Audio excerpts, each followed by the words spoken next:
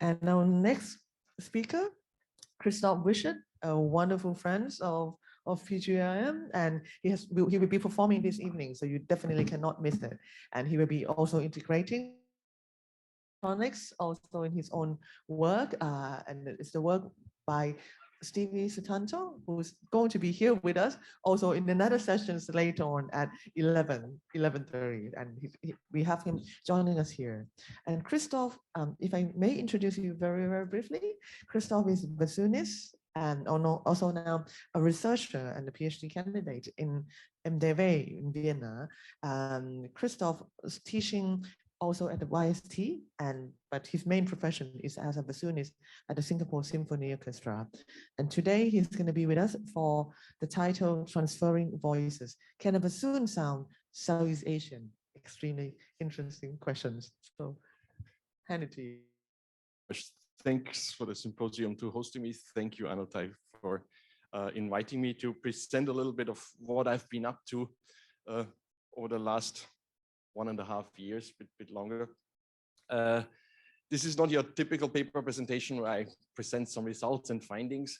I just can present of what, since I started only in my research, what my thought process was, what ideas I had and have been following, and hope to invite a discussion with me and you asking me questions and maybe give me suggestions of where I should be looking, what I should be doing.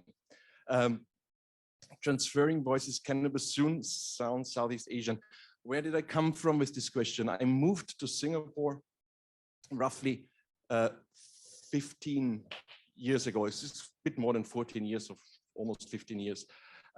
Coming from Vienna, being trained in Vienna, having worked in Vienna, of course, I was expected to know exactly how to play music by Richard Strauss and Johann Strauss, how the waltz falls, how to know the gestures of traditional Middle European folk music when it occurs in a Mozart, Haydn, or Schubert piece, or with Bruckner or Mahler.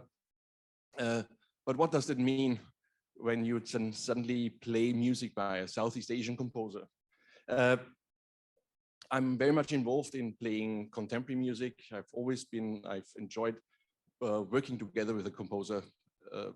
And we often ask ourselves, like, what did Beethoven mean when he wrote that? And for me, the answer is by talking to living composers, because there I can follow the thought process that was behind that. Regional composers in the search for identity, especially the now more senior generation of composers, has very much drawn from Southeast Asian traditional music. And so the question for me is, what do I need to know to play this music well? Also, the auditory sphere of a city in Southeast Asia is very different from a city in Central Europe. It's just simply put much louder, much brighter sounding, and I feel that this affects our music making as well, and it should affect our music making. It should affect the sounds that we are making, as we want to reach our audiences and have the same kind of impact. And yet the bassoon is a very alien instrument in Southeast Asia. Not only is it rare, since most of wind instrument musicians start out in wind bands, and wind bands traditional in these regions don't have much bassoons. The instrument is just too expensive for a high school band. But it's also an instrument that should, if you want to keep it alive, not be played outdoors.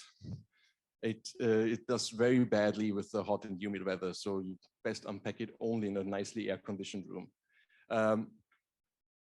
Yet playing this, I strongly believe that we as performers are in a way an interface between the composers and our audience. And yes, so the question remains, what do I need to know to play this regional music well? Instead of talking, I brought a little example. There is a fantastic piece for bassoon solo by Yika Ho, our friend Yika Ho. It's called My Spirit is Awakening. A short excerpt from that one.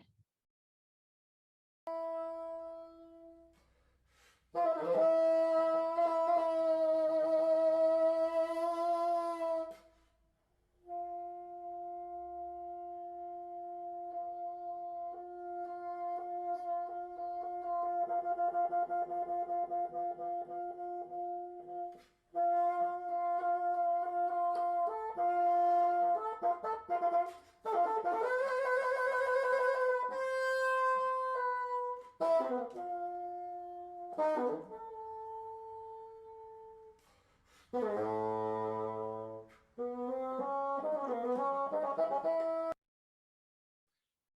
first hearing of it, it's listening only with my Western ears and turn off my, in the meantime, Asian ears, if I want to say so.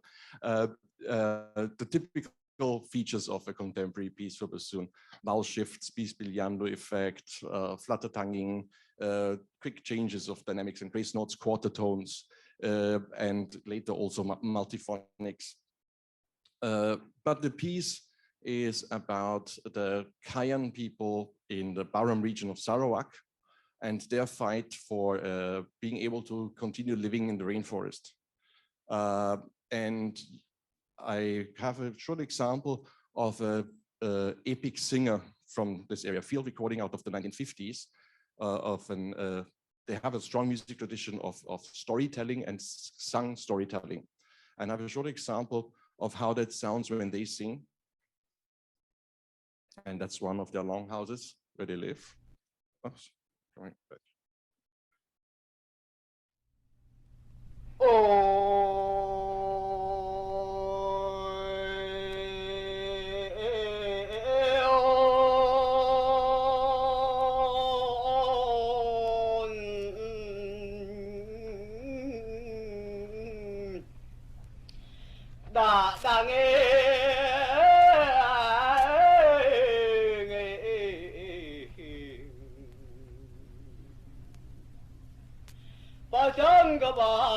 Pasangga no kung aya teleling matando ninangay pode duan nirangay nabayo mana.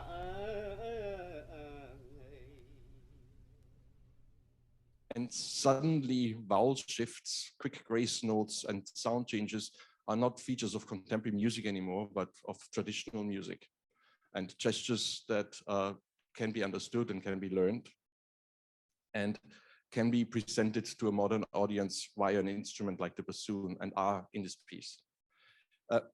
For me, then the next question is, what would that mean? This is now Borneo, Sarawak state of Malaysia. What would that mean for Singapore and the global city that Singapore is? Those who are familiar with Singapore know that it is an immigrant country. The original population, the Malay population, is less than 14% nowadays. The rest is, over the centuries, so a long time, has immigrant background in one way or the other. And so there is a lot of traditional music present. Not only the traditional Malay music, but very much and strongly classical Chinese music, also in the form of theatre opera, classical South Indian Carnatic music, gamelan, as also many Muslims in Singapore actually come in from Java into Johor State in Singapore, and very other Southeast Asian and Sundanese traditions.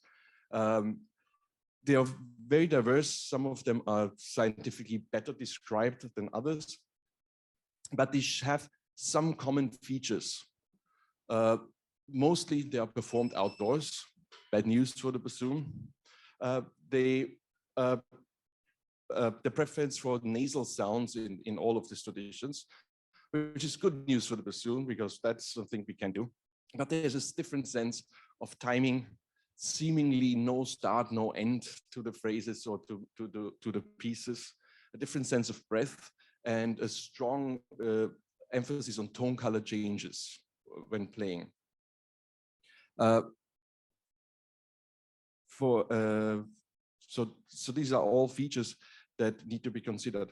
What am I trying to achieve with my research ultimately is to become a better musician for the music of the regions. And that's of course a strive, integration into a music scene and understanding this music better and being able to transfer it to different audiences, but also to the audiences in Singapore.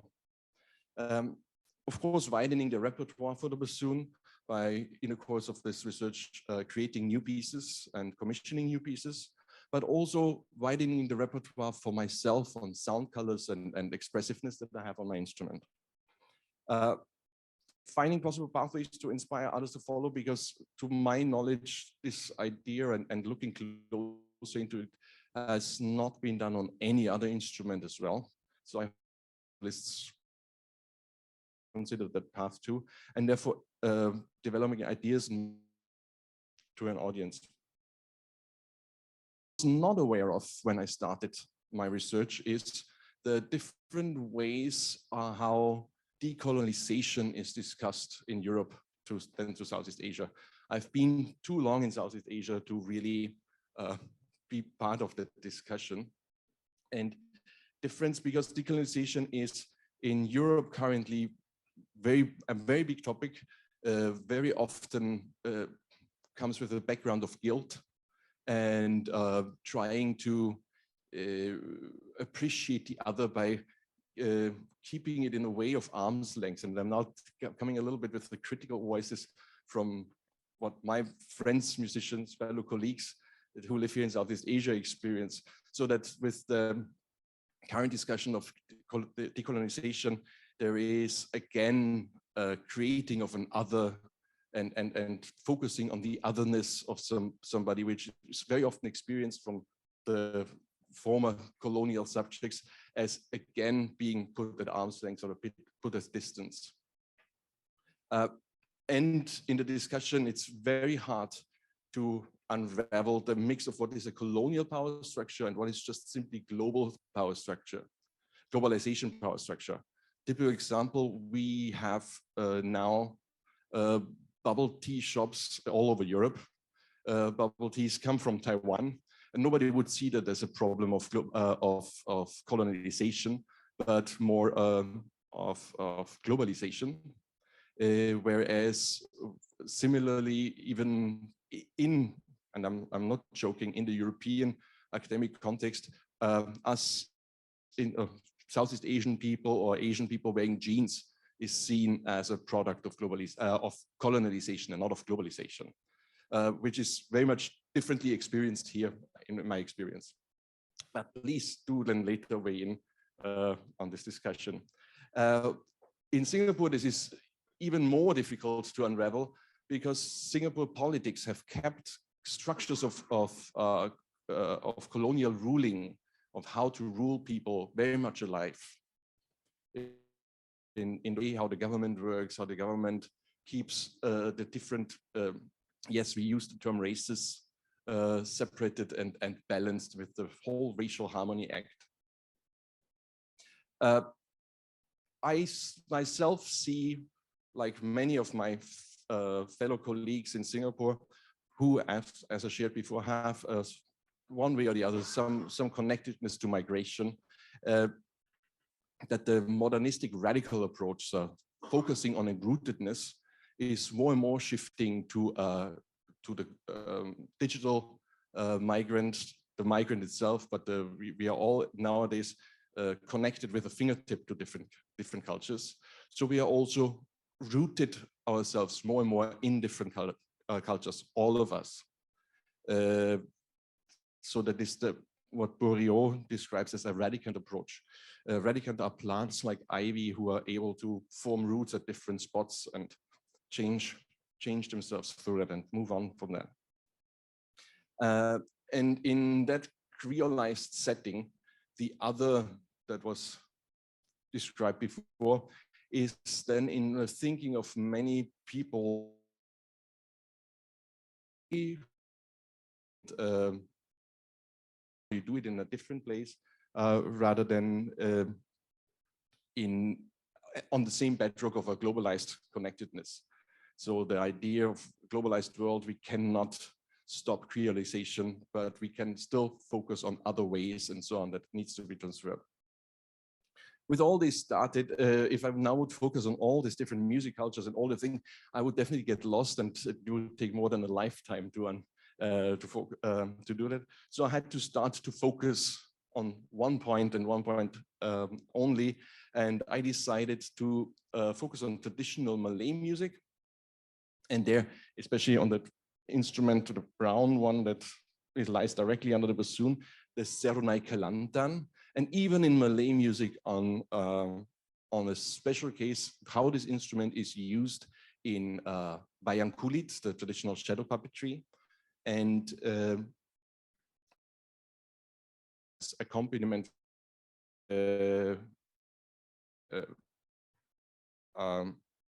accompaniment for the martial arts.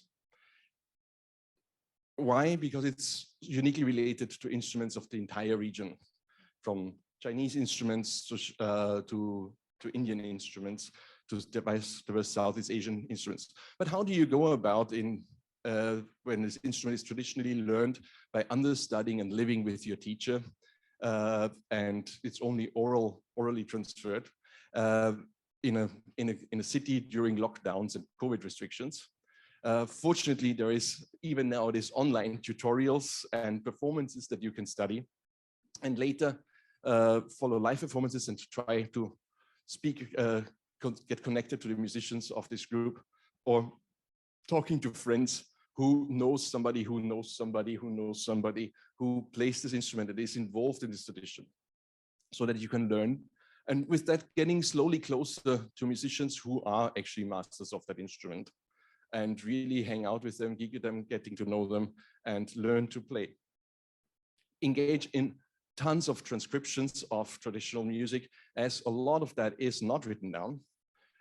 Discovering on the way that the way traditionally musicologists write down the gong cycled music with the gong at the end of a phrase, at the end of the bar, is for many musicians, from a musician's perspective, simply wrong. I'm happy to get in this discussion too. Discovering that this music, then of course, writing everything down autoetnographically. Here a short example of that instrument. In old times, you had to observe and sit with your master and learn and learn and learn by listening and just copy. There would not be much talking in a teaching session. Nowadays, you can just video your master and listen back and copy, which is also a method that is now used in Kelantan. A short sound example of my teacher.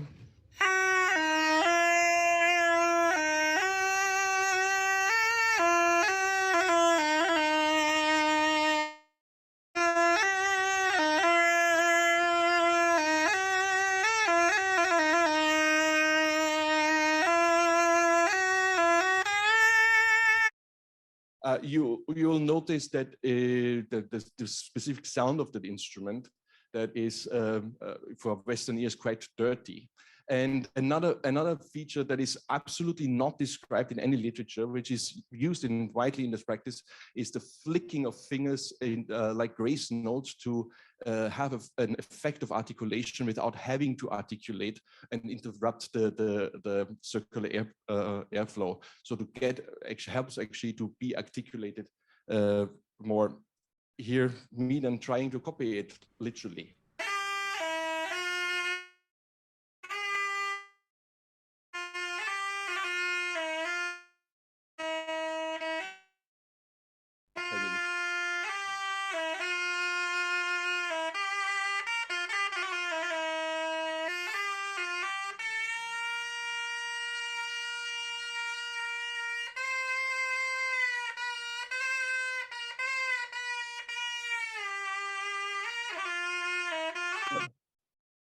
So you can hear also that traditionalist instruments are not referring to a single central pitch. They all sound in different range and are tuned differently, because they are not meant to be played with other melody instruments, only with percussion.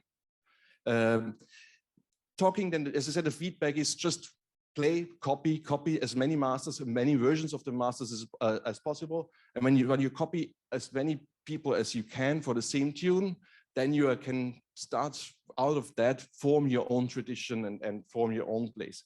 The only feedback that you get referred to a term that comes from Sanskrit that is called rasa. I'm not sure how much it is also in Thai music, which can be vaguely translated into taste or feeling, and a lot of description is actually food related, meaning it's sounding a bit too sour, it's sounding a bit too sweet, it's sounding a bit too spicy, or something like that.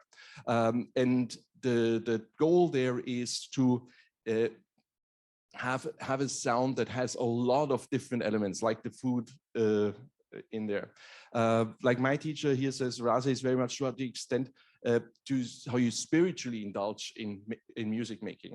So to wrap this up, so there is a description of what rasa for music is for Javanese music, not very much for Malay music. Malay music is only, in my opinion, very much on the surface described in the academic context.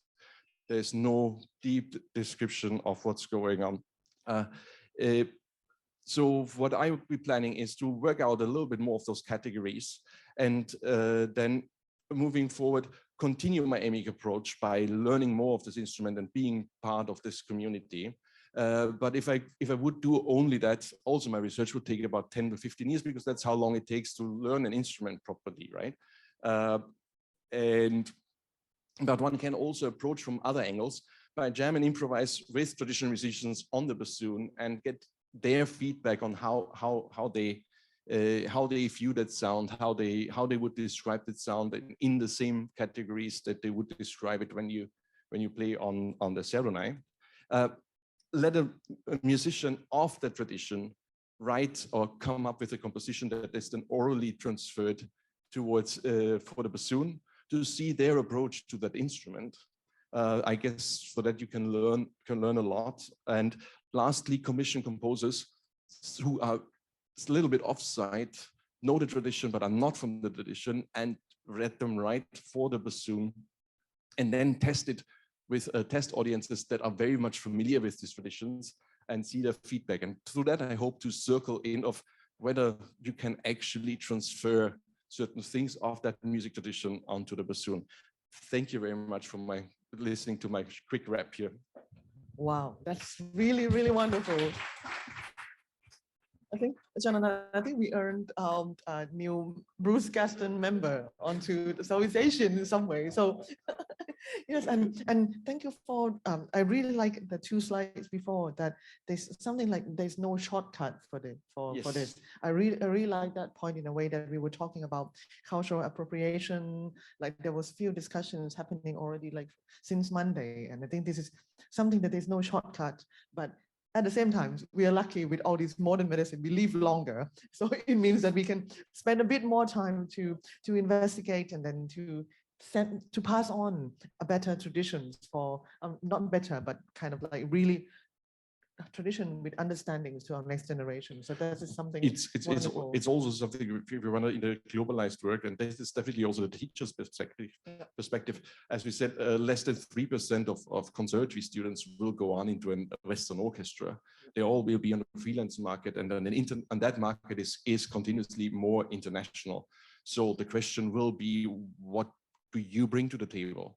Why do I need to hire you and not somebody from France or the United States? And so because you bring a different approach to music making with you that you've learned. And I see that currently in our education in Singapore, these traditions too much separated. There is too much of a Western instrument, you learn the Western way, Asian instrument, you learn the Asian way, and there is no interconnectedness. So I hope to break that up a little bit and be there for a teacher for that.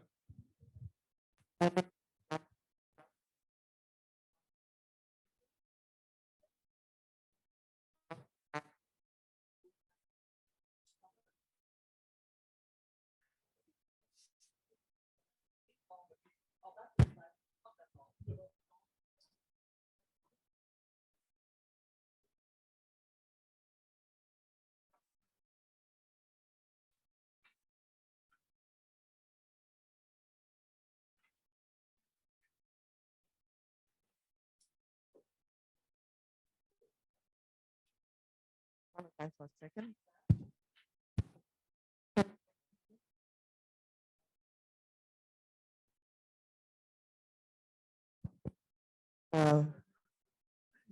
It's the 5th day of the symposium. I do pity my team. It's been working relentlessly.